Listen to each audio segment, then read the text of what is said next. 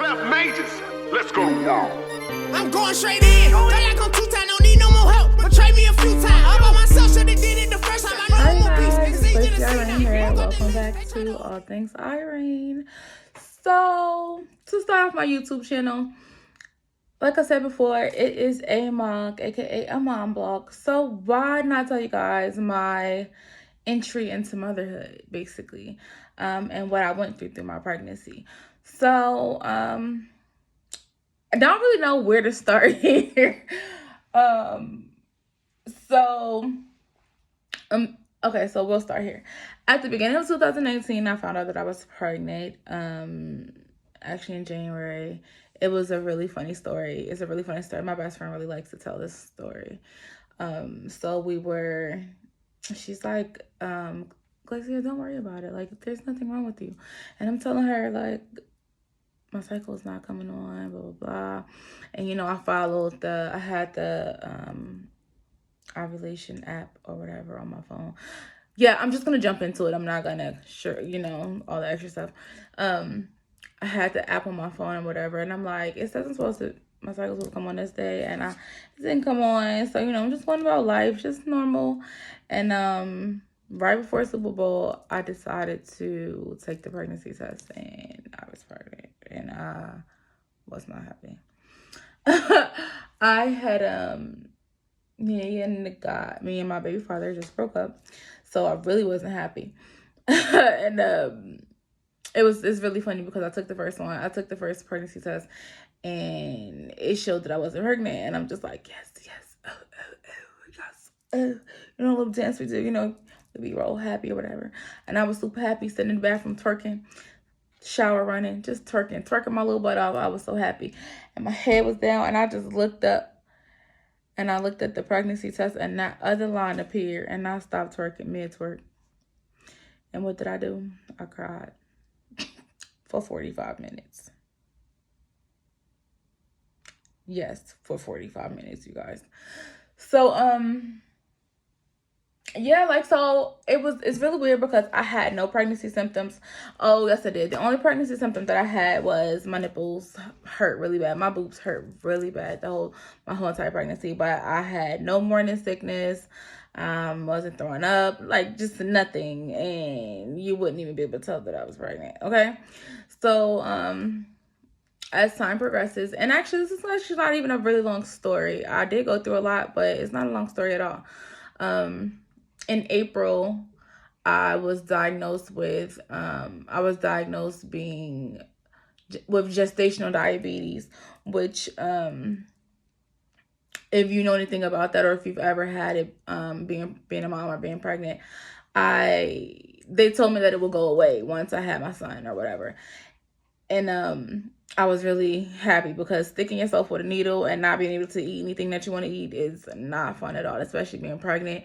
And you want some sweets, or you want potatoes and things of that nature, and you can't have it because it's going to make your sugar, if you know anything about being diabetic, basically that's where you have to control your glucose, control the sugar in your body, and anything that's like bread, potatoes, rice, and these starches, they turn into sugar, and it can cause other medical problems within your body. And also if it goes too high, it can send you into a coma, or, you know, different things, like make you have other different medical issues.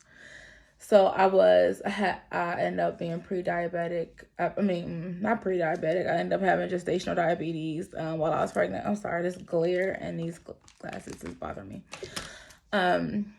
So yeah, it was a, you know, normal pregnancy. I wasn't able to walk, like, without being in pain. So, like, if I would go for a walk or something like that, my pelvic area would hurt really bad. So I wasn't able to, you know, go for long walks or anything like that. And I didn't work. I actually lived in Georgia at the time. And so long story short, round about May, after my birthday's May 3rd. So right after Taurus gang, if y'all in here. Right, like, shortly after my birthday, I got sick. I had a sickle cell crisis, and I ended up going to one of the hospitals in Georgia. And my best friend goes with me or whatever, and we're there. And my best friend is, she's very anal about certain things, especially when it comes to your health or things of that nature. Sorry, you gotta stay hydrated, you guys. And then my mouth a little bit dry. She's very anal about certain things, and she wants to make sure that nothing bad happens, especially with me, because also I have sickle cell disease. We'll talk more about that, maybe in a couple videos. So I go to the hospital, whatever, because I'm having a sickle cell crisis, and before I can even tell the doctor or the nurse, she makes sure that she lets them know that I have sickle cell disease and that I have gestational diabetes. So we tell them this several times. Like, I remember distinctly saying to the nurse 3 times, maybe more, did you write down that I have gestational diabetes? I just want to make sure, because it's something new and I'm not used to it. I don't really know everything about it. Blah, blah, blah. And she's like, yes, I got it. Blah, blah, blah. Okay. Whatever. And it's at night. So, usually that's when it's like right around shift change time. And so, I didn't really push further, because if you tell them, they're supposed to write it down. So I also tell them that I'm hungry. So they give me what's called a carb. What's it called? It's called a carb diet, basically, where it's basically nothing. It's like one scoop of rice, a piece of chicken, a piece of bread, like a roll, and some green beans.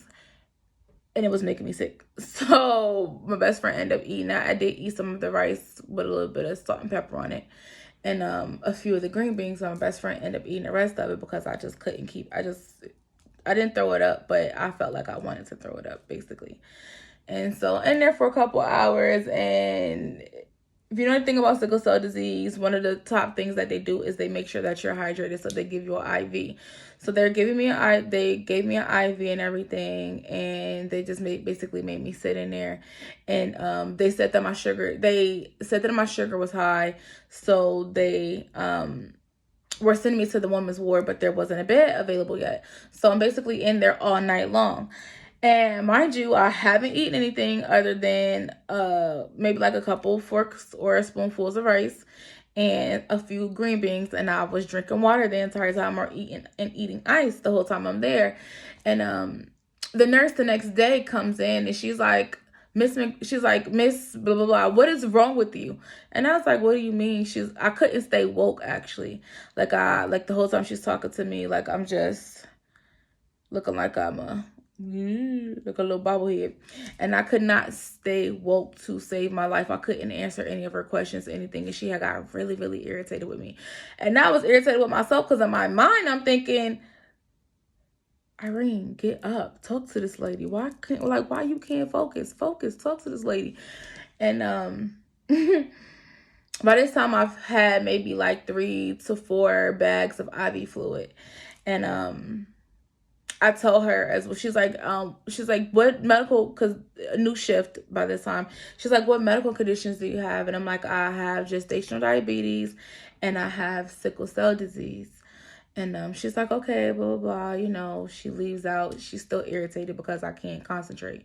So I got there maybe like around 5 or 6 that night when my best friend got off work, because she took me.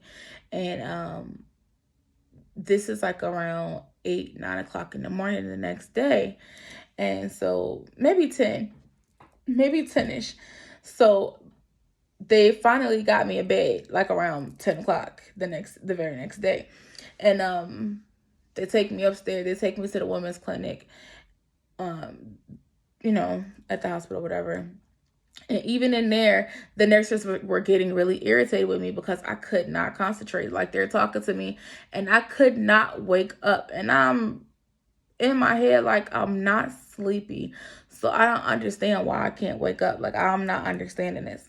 So I had this one particular nurse that came in, and she's an older African-American woman, Black lady. And she was like, Glacia, but she said my last name. And she's like, what's going on with you, man? Why you can't stay woke? Something. She's like, what? She's like, what's going on? And I told her what I could tell her. And she was messing up. She was about to change my IV bag. And she realized that they had given me 4 bags of dextrose, which, if you know what that is, it is, I think it was dextrose. It is a type of sugar. And there's like 2 or 3, I believe, different kinds of IV fluids that you can receive. Whenever they're trying to hydrate you, especially being a sickle cell patient, they usually give you the sugar because it helps you to be hydrated a little bit faster, something like that she was saying. I never heard of that until then, but whatever.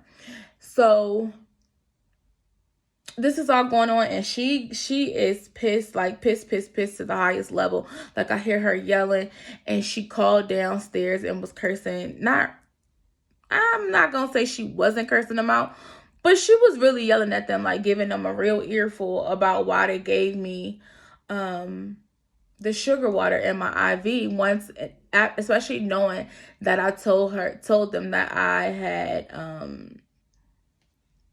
gestational diabetes. So basically, going to that particular hospital, they almost put me in a coma, and I didn't know it. Like, she had to give me this shot. I think it's not a Narcan shot. Narcan is for drugs. A glucose shot, basically, to snap me or like wake me up, because I was literally falling into a coma. Like, if I wouldn't have got to her, I would have been pregnant and in a coma. And my mom or nobody was there. My best friend wasn't even there at this time. It was just me. And yes, I spent almost 2 weeks in the hospital. Right after that, I moved away from Georgia, and I moved where my mom lives. I moved to Pennsylvania, and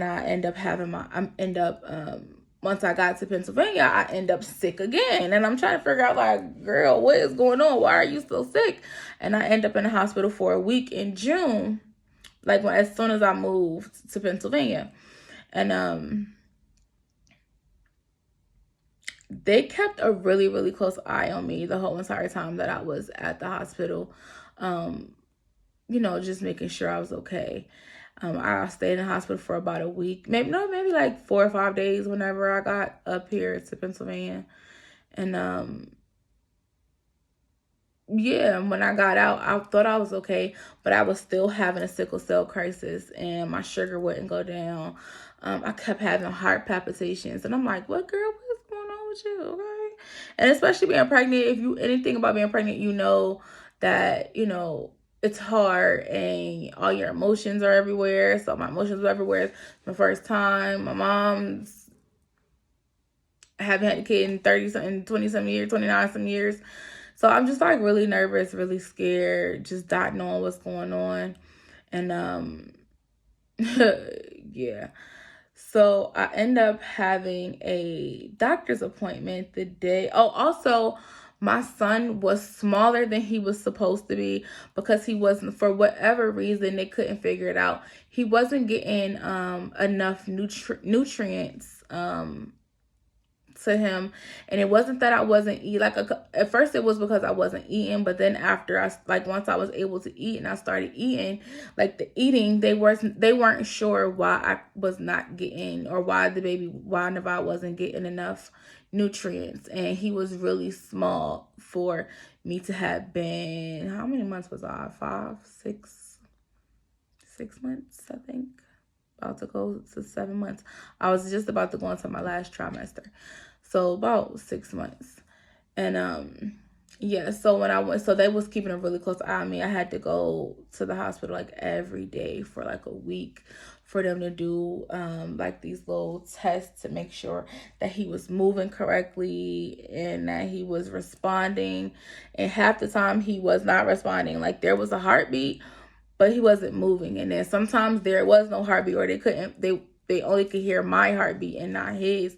So I was, oh my God, I was just going through it. When I say going through it, I mean going through it. I was scared out of my mind.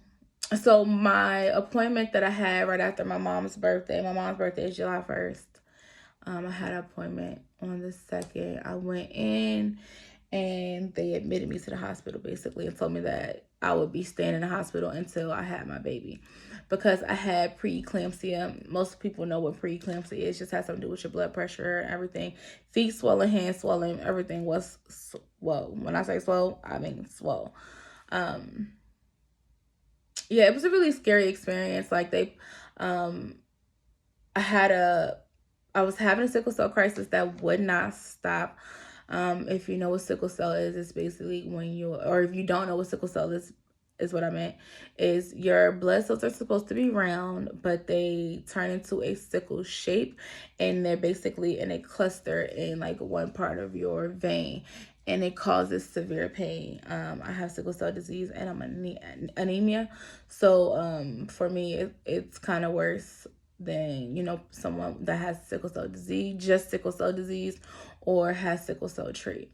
So I was having this crisis in my legs and then my arm, I believe it was, and they just would not stop.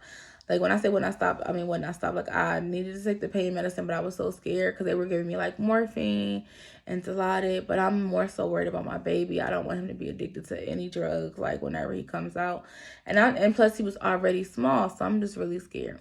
So they're pumping me full of magnesium, which swole me up, and I literally look like a freaking orange. I don't know, like, if you look at an orange, it has like them little dimples all around it. That's exactly what my body looked like. It was so weird. I might have a picture or two to show you guys. But yeah, that was a scary experience. And then I had to have 3 blood transfusions while I was there. I was really nervous about that because my grandmother had sickle cell disease, and she was anemic, and it was really bad for her. And she had got blood one time, and it had hepatitis in it. And she never, got another transfusion, and that could have probably saved her life. So I was really scared about that. But my mom would pray over the blood and she would write on the bags, blood of Jesus. And it was, it helped me out a whole lot. My mom was like a really big support, even though she had to have surgery like July 15th. She was like really a big support. Sorry guys, I cracked my knuckles. It's a bad habit. I know it's a bad habit. And but she was there every single day. She was there. She brought me crab legs because I wanted them, and some seafood and some shrimp. Yep. And she just made sure I was okay the whole time. Like, I don't think I would have made it, or I would have been sane. I think I would have been really depressed if it wasn't for my mom, but my mom was there the whole entire time. So anyways, back to okay, so then me being there like 3 or 4 days, I swole up really bad to the point where it was hard for me to walk. Like, my thighs were so huge, and my legs and my feet were so huge. Like, it hurt. Like, it was like walking on pins and needles. And when I say hurt, I mean hurt. Like, just imagine your foot swelled up really bad, and if you put pressure on it, it's just, oh my God, it was really horrible, you guys. And they end up telling me, like, my doctor came in, and she came in by herself, and she's like, I want to have this conversation with you, and I don't want you to be scared, but I understand if you are. She's like, you have HELLP syndrome, which is it's called HELLP, HELLP syndrome. And it let me put my glasses on because I have it here so I can read it to you guys. HELLP syndrome is a rare pregnancy complication. It is a type of preeclampsia and has similar symptoms. If you have HELLP syndrome, you may experience pain in the upper part of your belly, blurred vision, fatigue, or swelling. And many women who have HELLP syndrome need to deliver their baby early. Basically, and HELLP HELLP is it stands for hemolysis, elevated liver enzymes, and low platelets. So the platelets in my blood was really low, and I was having issues with my liver. I was having everything that I just read. I was having, like, my stomach would not stop hurting. I had headaches, belly pain. Like, it just was really bad all over. It was just really bad all over, and she told me it was a possibility that I could die. And that right there alone, for somebody to tell you that you could die, especially with me having preeclampsia and having HELLP syndrome. No, I had eclampsia and HELLP syndrome, and to have both of those at the same time, it's really, really critical. And I was already high risk because I'm sickle cell. I have sickle cell disease, so it was just like a really, really crazy experience. Obviously I'm still here. So I end up, they kept giving me magnesium, which helped develop my baby's lungs, because his lungs weren't completely inflated. So the magnesium helped to inflate his lungs, or help his lungs to be stronger. And every day they came in and checked, and I just was so gung-ho that I was gonna make it to at least 30 weeks. They told me I wasn't gonna make it to 35, but I knew I was gonna make it to 30 weeks. And how about your girl did not? Okay, when I say did not, I mean did not. I made it to 27 weeks in one day, and I ended up having to have a C-section, and I had my baby at 27 weeks in one day. And that is my pregnancy story. It was really it's really scary for me. I do believe in God, so I pray a lot. I don't think I've ever prayed that much in my life, but I prayed a lot. I tried my best not to be depressed or not to get too down. My friends called me as much as they could. You know, everybody have lives. One of my friends, she ended up, my baby's godmom, she